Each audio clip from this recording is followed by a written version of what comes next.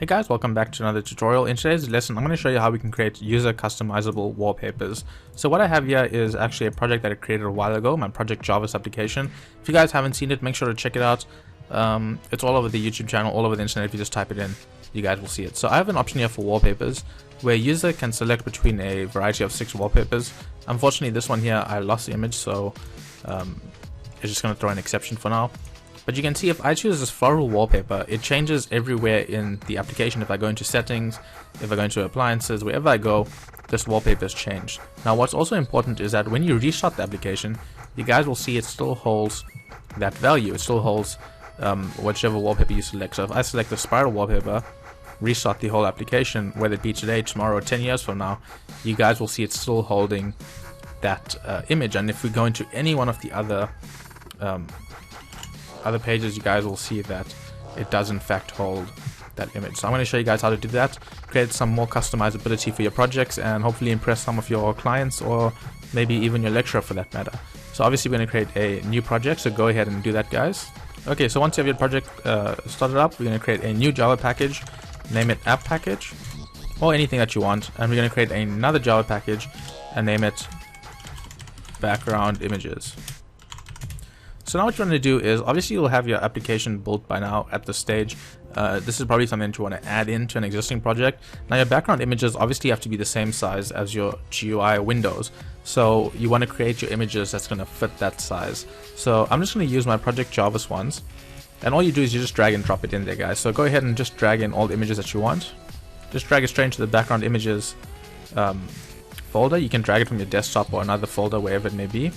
Okay, so I'm just going to create just a generic JFrame form here, name it start.gui. And I'm going to set mine to 1366 by 7068 because that's the size of my images for this project. I'm going to right click, go down to properties, events, code, generate pack, change that to generate resize code, select center, remove that, go to properties, obviously just give your thing a name, wallpaper tutorial,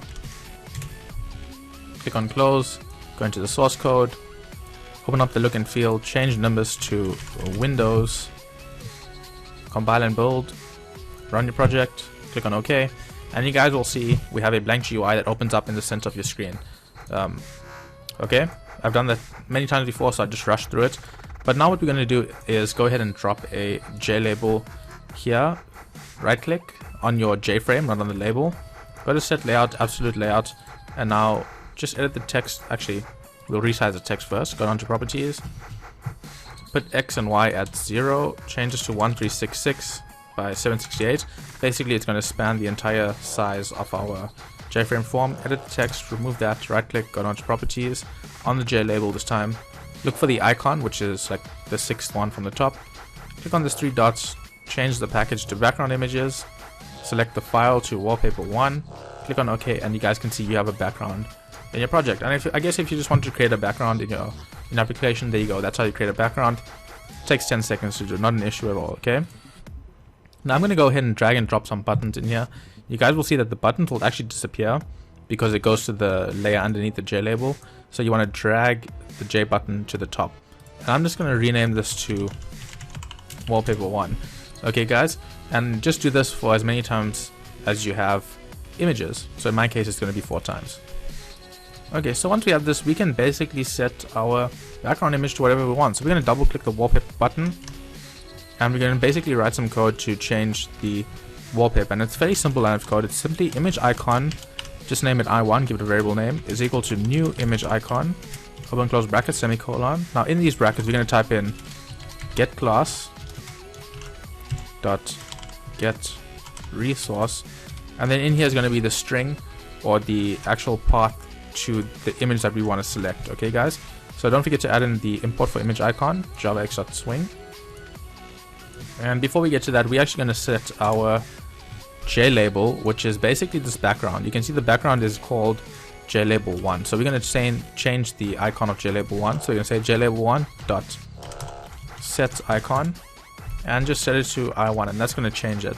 Now we're going to put here backslash and then the name of our package, which was background images, backslash again, and then wallpaper_1.png. That's the actual This is the actual file, guys. Don't forget to add in .png, .jpeg, or whatever it may be. So if you just want to do that with all the buttons over here.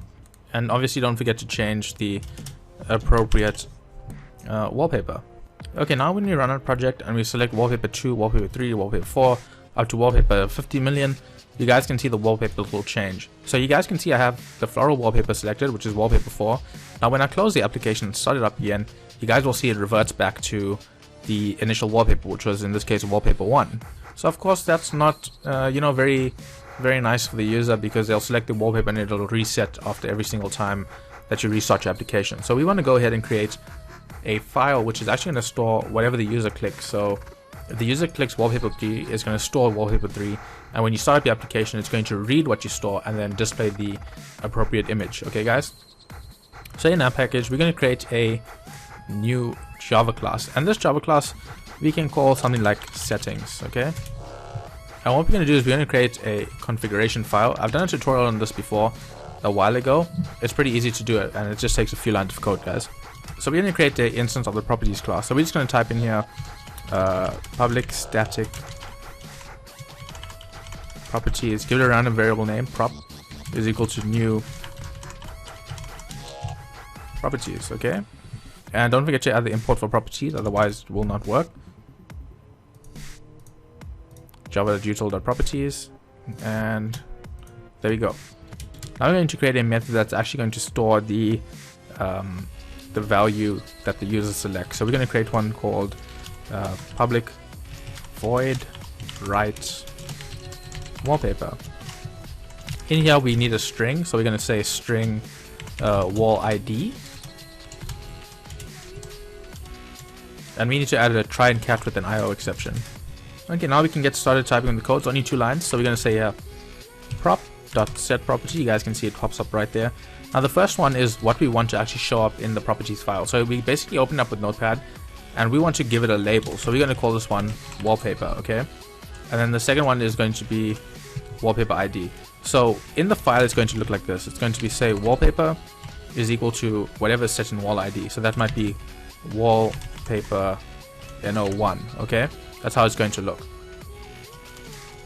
Now that we've set the property, we actually need to write to the file. So we're going to type in here prop.store, and we're going to create a new file output stream. So new file output stream, and we're going to give this here a string, and in the string we're going to name the file. So I'm going to name this one here maybe config.properties. You can name it anything you want. Don't name it .text. Give it something cool sounding, you know, config.my app or whatever. And then for the second one after the comma, we can just type in null. And of course, don't forget to add in. Oh, I forgot the T over there. Okay. Oh, I made a little error here. Should be store. I don't know why I selected save, but same thing. Okay. Add the import for IO exception, and you guys can go ahead and, you know, display a message if you want. Okay, so what's going to happen is when we write to the wallpaper, we're going to write down wallpaper 1, 2, 3, 4, 5, 6, whatever, and then just store it in the config.properties file. So in our button set right here in the start GUI, we want to go into our JButton action performed, and basically what we want to do is actually create an instance of this class and then write to that file. Okay, so basically what we're going to do is create an instance of the settings class. So I'm going to type in settings s way right up here at the top, and then in the constructor of our GUI I'm just going to create the actual instance. So s is equal to new settings.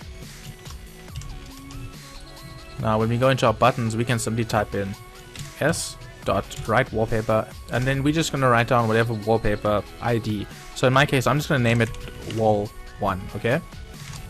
And we're just going to copy and paste this with all our buttons.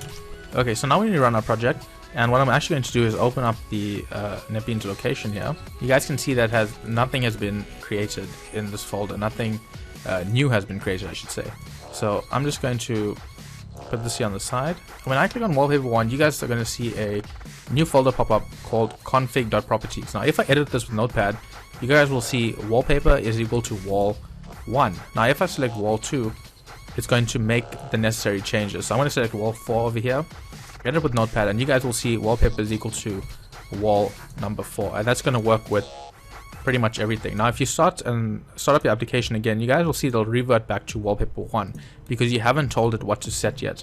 So back in our settings folder, we're going to create a new method which is actually going to read the appropriate wallpaper. So we're going to type in here public string read wallpaper, and we're going to create a blank variable here called string line is equal to basically nothing, and then once again a try and catch. So I'm just going to copy and paste it from up here. So now once again 2 lines of code, prop.load, and we're going to create a new file input stream, and in this input stream we need to specify the name of the file. So ours was called config.properties.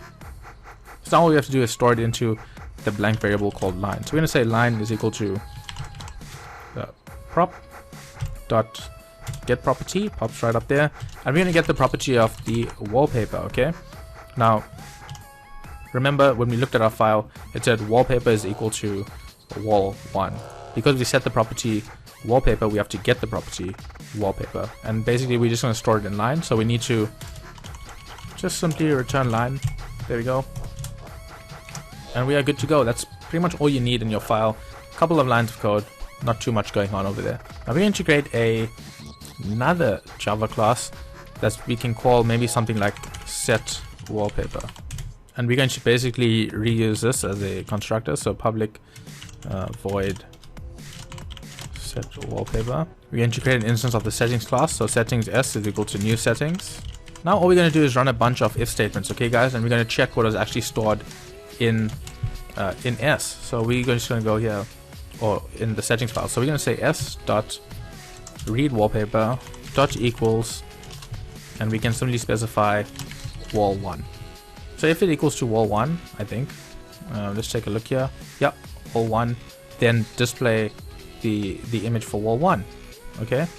Now if it's not, we just can create a bunch of else ifs. There you go. Copy and paste it for however many times you have images. We just change this to wall2, etc. There we go. Now all we do is go into start.gui and basically just copy this line of code right here. But before we do that, because we are in another class right here, we need to go into the design, right click on our background, go down to properties, code, and click on this one that says variable modifiers. We want to change this to public as well as static. Click on OK, click on close, and now we'll be able to read it from this right here. So we're just going to go ahead and copy what is in this right here. Okay, it's going to add all the imports for us automatically, and there we go. You can see we have JLabel1 right here, and we're just going to copy and paste this however many times we have images. So in my case it's just going to be 4. And of course guys, don't forget to change the correct wallpaper. Okay, compile and build, and now we can go ahead and run our application. So if I select wallpaper 2, this one here has like little dots and a wave. If I close it and reopen it, you guys will see it still does not open. Okay, so one last thing, all we have to do is create an instance of the set wallpaper class. So start.gui set wallpaper sw is equal to new set wallpaper. Okay, and basically the last line of code is sw dot set wallpaper pretty much, guys. So now when we start and run a program, if I select wallpaper 1, restart the application, you guys will see wallpaper 1 still holds its value. If I select this floral one, which is wallpaper 4, close and restart, you guys will see it still holds wallpaper 4. And that's basically it, guys. So just a simple tutorial on how to create some user customizability in your applications. You guys can obviously do a whole bunch of other things. Change an entire theme if you really wanted to, change colors, stuff like that, and you can make a really nice finished application. So guys, if you enjoyed the tutorial, please don't forget to leave us a like, comment and subscribe if you haven't already, and if you guys have any suggestions for future videos, please leave them in the comment section below, because I'm trying to find more time to make videos, and obviously I need ideas to start working on and practicing, and then show how you guys can do it at home. So thanks for watching, guys, and I'll see you in the next tutorial.